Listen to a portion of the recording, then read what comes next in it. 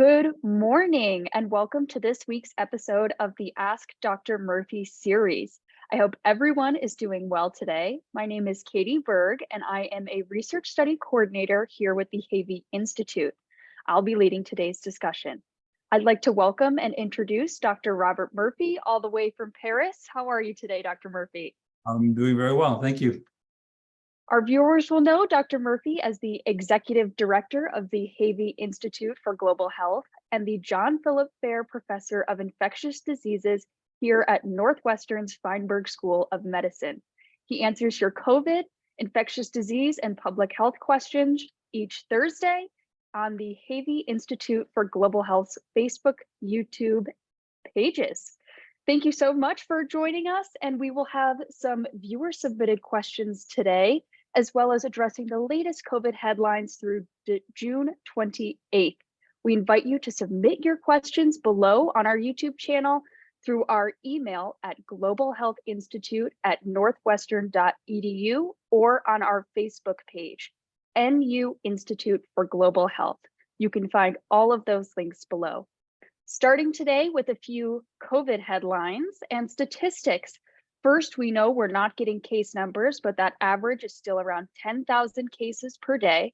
We are getting average hospitalization numbers, which have gone down to 910 per day, average of 58 COVID deaths per day, and sitting tight at 17% new booster proportion.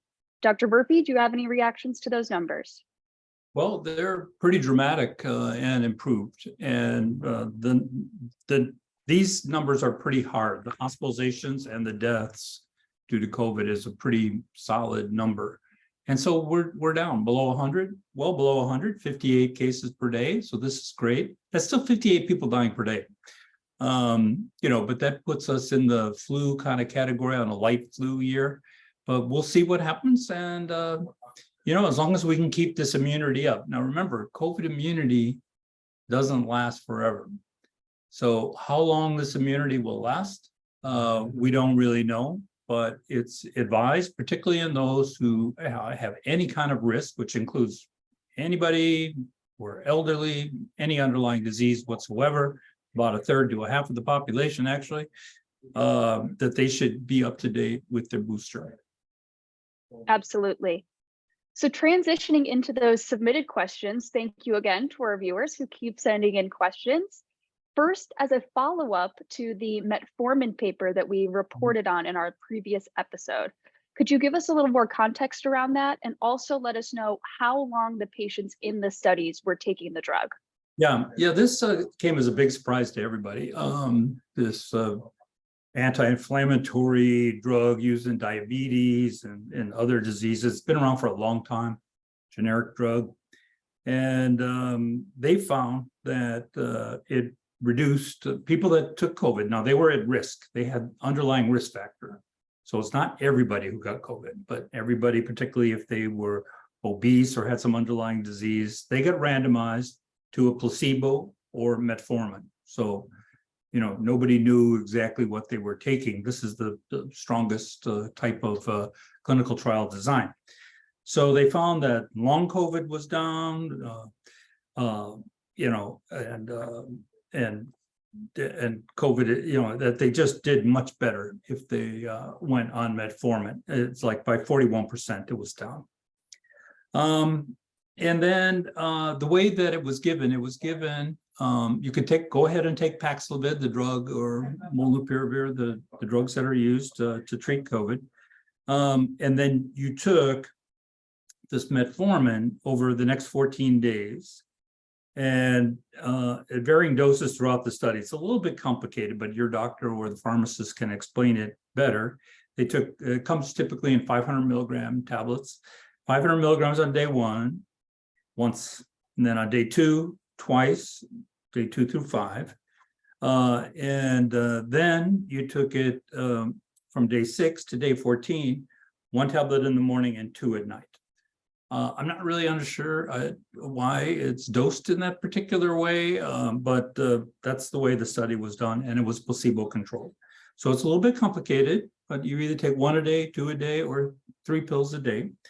The patients ranged in age from 30 to 85. They were overweight, were obese, had COVID-19 symptoms for fewer than 7 days, and had a documented severe acute respiratory syndrome, coronavirus, and positive PCR and antigen tests within 3 days before starting. So they were sick. This is not necessarily for everybody. People really were feeling ill. So, if you got a severe case of COVID, take metformin. Mm-hmm. And again, with the dosages, it's excellent study. And of course, always important to talk to your doctor or physician before going on any different types of medicine. And speaking of this is no experimental drug. This is like, it's so old, it's a generic drug. Mm-hmm, absolutely. And there is a new drug that we were thinking about coming out soon. And we just got some news about the new RSV vaccine from GSK company. Do you know if it will be available this fall or how often people will eventually take it? Yeah, so this is respiratory syncytial virus vaccine, RSV, respiratory syncytial virus. And there's now a vaccine that GlaxoSmithKline or GSK has developed, and it's approved.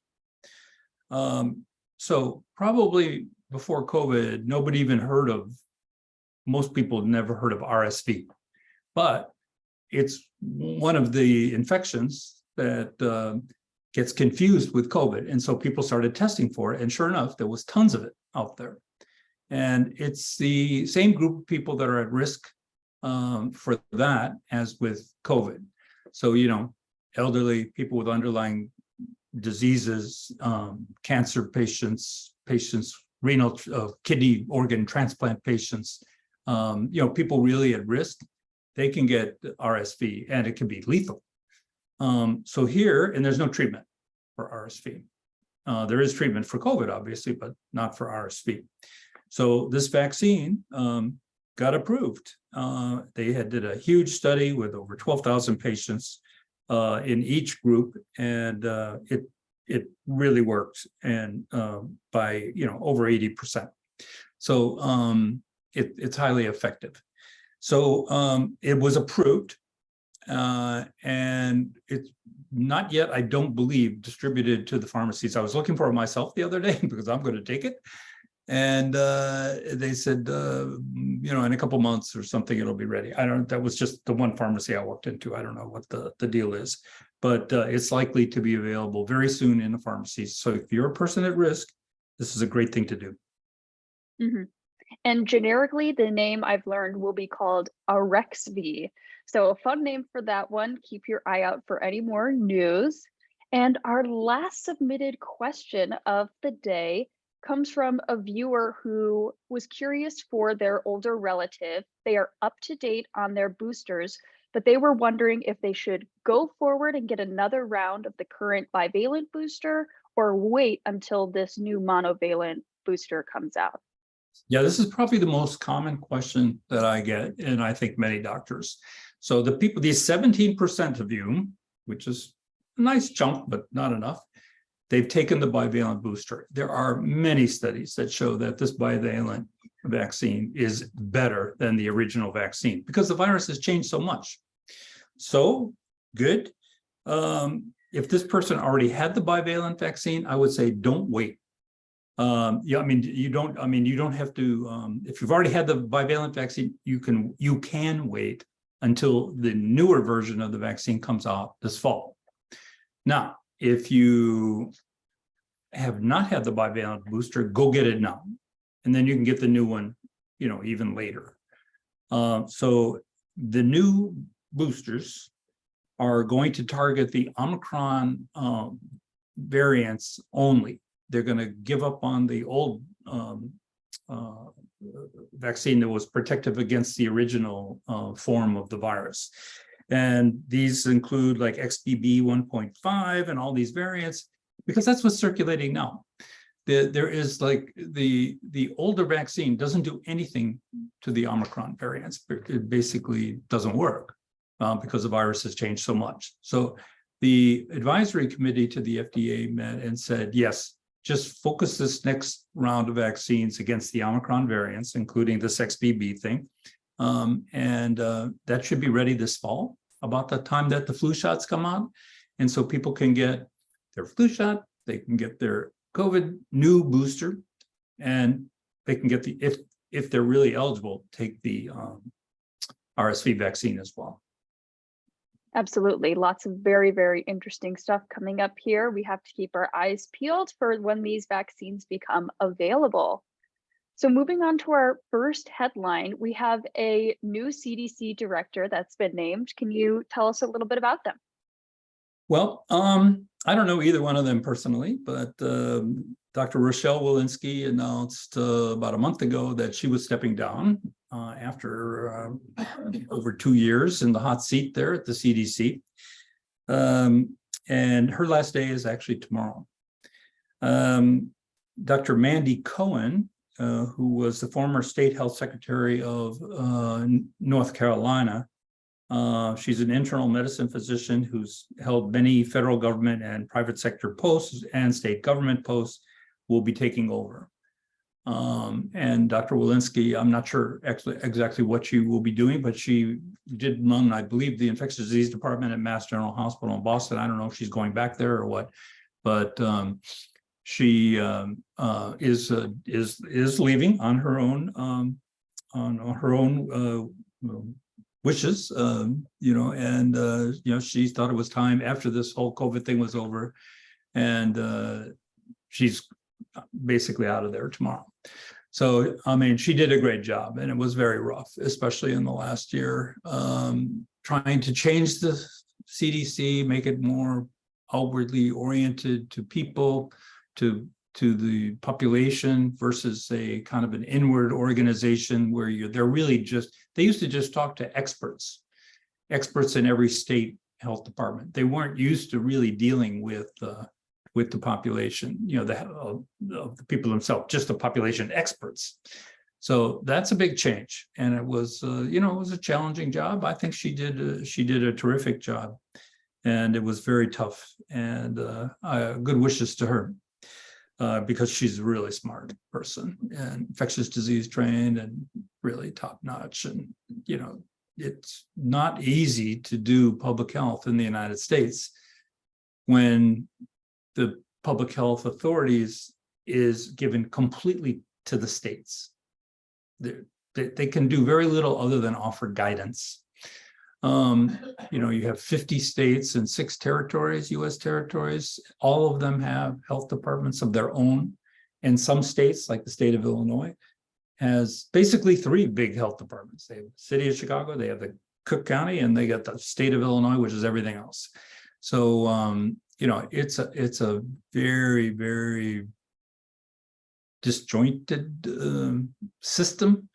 And it's not set up in the Constitution. Public health is not guaranteed by the Constitution. Healthcare was given to the states to handle. So that's what we have to live with. And good luck to Dr. Walensky. She did a good job. Absolutely. Sending our best wishes to Dr. Walensky and Dr. Cohen, who's coming into the post. And speaking of the CDC, they recently issued an alert after there were some malaria cases in the US. Can you tell us why those cases are, different than ones we've seen previously or talked about? Yeah, well, malaria, if you've never had it, or even if you've had it, I mean, you can die from malaria. If you've never had it before, if you're under 5 years old, or you're a pregnant woman. And the interesting thing about these 5 cases is that these people didn't travel anywhere. In other words, most people that come into the United States who have malaria got it because they went to a place where there's malaria, and then they got sick by the time they got home. These people didn't travel anywhere. So in other words, the malaria is there in the mosquitoes, and they got it, from a homegrown mosquito. That's scary, malaria. So malaria used to be a big problem in the United States, especially along the Gulf Coast. But with the public health measures that were put into place, it basically disappeared. But this is no longer the case. As the environment is changing, It's really very much setting us up to have these little outbreaks of malaria, but also dengue, and you've heard of West Nile virus, all these viruses that can be transmitted. And so we have to be vigilant and look out for them. And this warning went out by the CDC because they wanted to warn doctors in the Gulf state area that if somebody comes in with a high fever and stuff, think malaria, because malaria's got treatment. It's not just supportive therapy. There's medication that you can take. I've actually had malaria myself, but I was in Africa working, and I'll tell you, you can get really sick with malaria, especially the first time you get it. It's very, very rough. And those groups I mentioned are very high risk: kids under 5 and pregnant women. So it's an important note for people who now include those that travel to the Gulf Coast and those that live down there. Absolutely. And unfortunately, we have a couple of different infectious disease warnings that the CDC has given us. The next one is that the CDC warned travelers of a high risk of polio visiting several countries around the world. Can you give us a little more context and maybe name a few of those countries? Yeah, polio has been, you're considered high risk in a variety of places that you wouldn't even imagine. Canada, the United Kingdom, Indonesia, Israel, Ghana, and it's been really, really challenging. Almost got rid of it. And then because of the collapse in the vaccine efforts and populations that didn't want to take the polio vaccine, which there exists, vaccines for this too, and didn't quite get rid of it. But we have to just be vigilant and continue to work with these partner countries and to try to get everybody vaccinated so we can get this thing down and away as well. So it's if you're going to a business trip in Toronto, Canada, I don't think you really have to worry too much about polio. But there are cases being reported everywhere. We had cases in New York State, last year. So most people that get polio actually don't get sick. So, people can get it and not everybody ends up paralyzed. But it's a nasty disease, and we have to be vigilant with this. And there are precautions that can be taken, and there's vaccines that can be given. Absolutely. And lastly, sticking on the public health and vaccine a little bit train, there was a case of Mpox, formerly known as Monkeypox, reported in St. Louis County. Can you tell us a little bit about that case and what it means that we're, seeing a few Mpox cases here and there? Well, the Mpox, we had the little peak last year, as it pretty much died down. There is a treatment and there is a vaccine, but the vaccine uptake, even in the high-risk group, is pretty low, 23%. So people think it's gone. Well, it's not gone. They're still seeing cases around the world. But we're talking about, just a small cluster of cases. We had a cluster here in Chicago in April of this year. And, the mortality rate is not high. It's less than 1%, but people can die from Mpox. So we just have to be vigilant again. And if you're at high risk for Mpox, you should take the vaccine. Absolutely. Well, thank you so much, Dr. Murphy, for your time and expertise answering these questions and giving your reaction to these headlines. We very much appreciate your time. And also, thank you so much to our viewers who have been continuously submitting questions and coming back for more episodes. So thank you, Dr. Murphy. We'll see you next week. Thank you. We'll see you all next week. Please feel free to leave questions or comments below, and we will address them. Thank you.